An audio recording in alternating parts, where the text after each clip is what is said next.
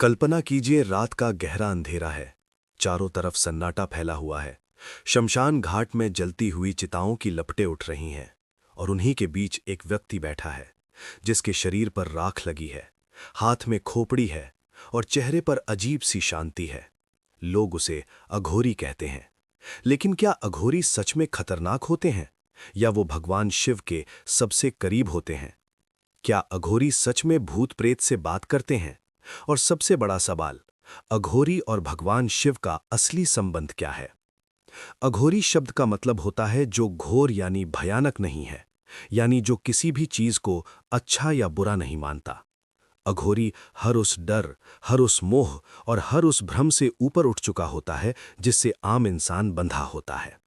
जहां हम शमशान से डरते हैं, वहीं अघोरी उसे अपनी साधना का स्थान बनाते हैं।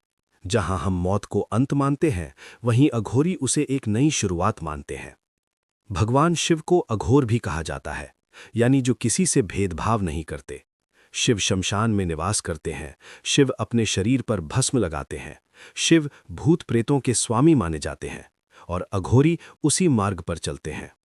अघोरी मानते हैं कि शिव ही अंतिम सत्य है और शिव तक पहुंचने के लिए हर डर को, हर मोह को खत्म करना जरूरी है।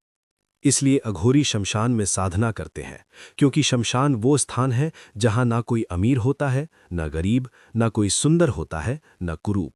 वहां सब कुछ समाप्त हो जाता है और यही सत्य अघोरी को जीवन का वास्तविक अर्थ समझाता है। अघोरी अपने व्यवहार से लोगों को चौंका देते हैं, जैसे खोपड़ी में भोजन करना, शरीर पर राख लगाना और कुछ मामलों में मानव मांस का सेवन करना। लेकिन इन सब के पीछे उनका उद्देश्य ये साबित करना होता है कि इस संसार में कुछ भी अपवित्र नहीं है। हर चीज उसी ईश्वर की रचना है जिससे हम घृणा करते हैं।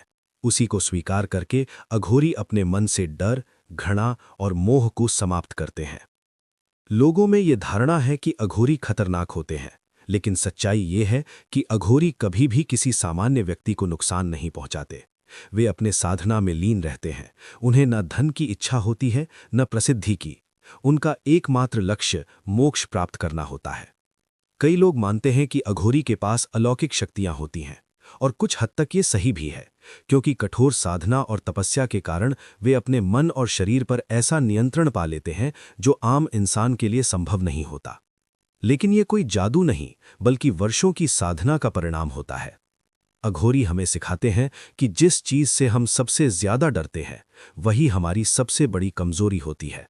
और जब हम उस डर को स्वीकार कर लेते हैं, उसे जीत लेते हैं, तब हम वास्तव में स्वतंत्र हो जाते हैं।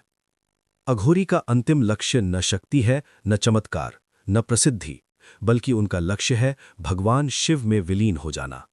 अघोरी मानते हैं कि जब इंसान हर इच्छा, हर मोह, हर भय से मुक्त हो जाता है, तभी वो शिव के सबसे करीब पहुंचता है और अंत में वही सच्ची मुक्ति है।